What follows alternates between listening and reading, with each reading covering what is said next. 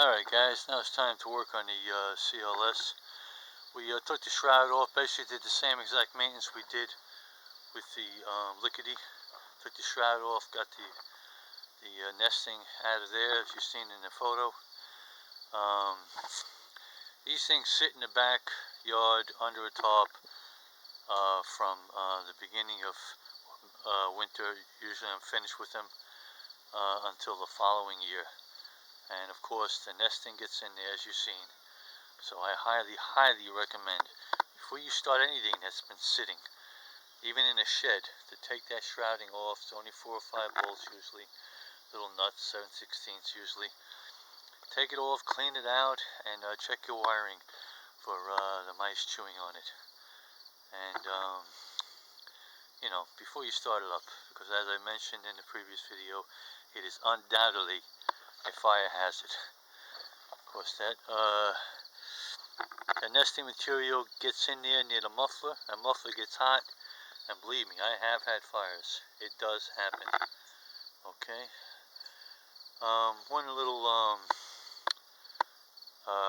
don't know what you would call it. We'll call it a Rube Goldberg job I did on this particular mower. It had a cutoff switch over here. Had a button over here. It was a tiny little push button, almost looked like a doorbell. It was in an awkward place to get to, and you really had to push hard on it to make it work. And unlike the Lickity split, you see the Lickity, it has the old-fashioned type spark plug wire. Okay, so I can just touch this with a screwdriver and ground it very easily, as you've seen me do, and shut it off. But with this Wisconsin engine, it's got a complete spark plug boot. Okay, so I can't make contact with the point. All right, can't make contact with it. So it does need a cutoff switch. So what I did was I took this old push button remote starter button I had this thing for years.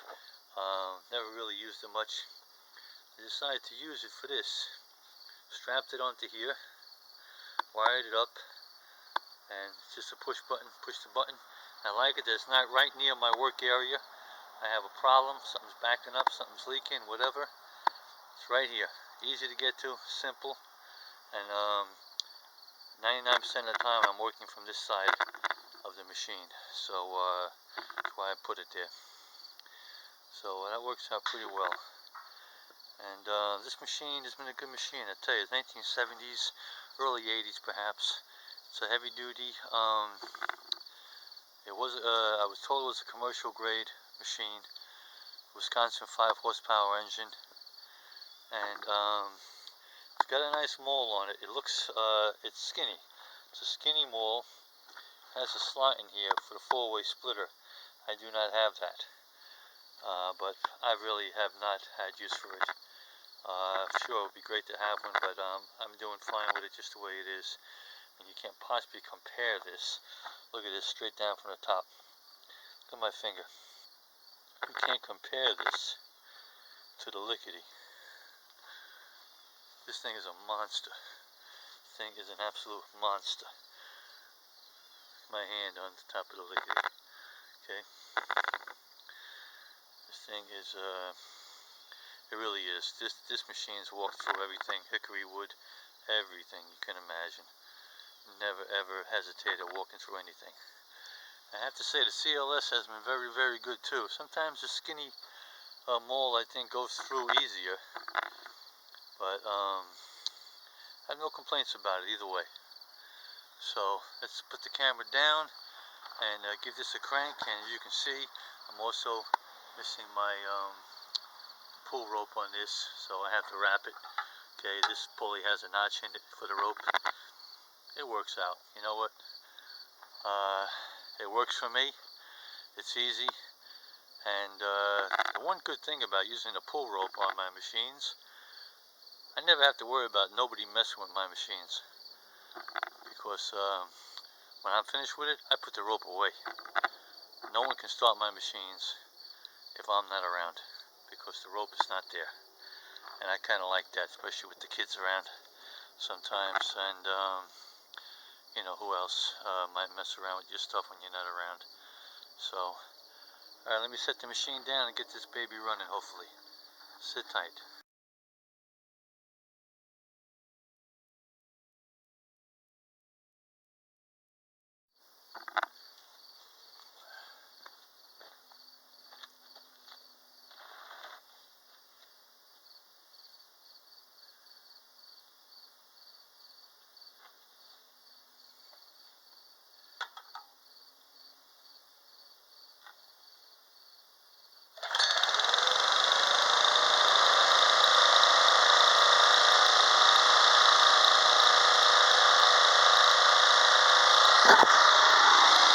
She starts one pull. In the cold weather, she's a little temperamental, this Wisconsin.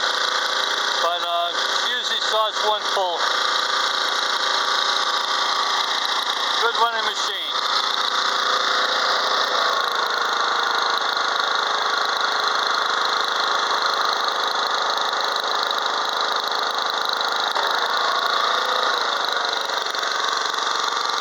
Shuts off automatically when it comes back. Sprayed the whole thing down with WD-40 and cleaned it up a bit, got the rust off it. So, she's in good order. Cut-off switch, here we go. That's all there is to it. Very happy with that push-button cutoff right there by the work area. Works out beautiful. Looks a little Rube Goldbergish, but works for me, man. Alright guys, so that's the story on the log splitters. They're both ready to go to work, and they're both in working order.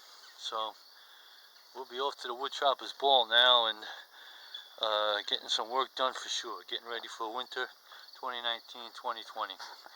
Thanks for watching. Book 'em, Daniel.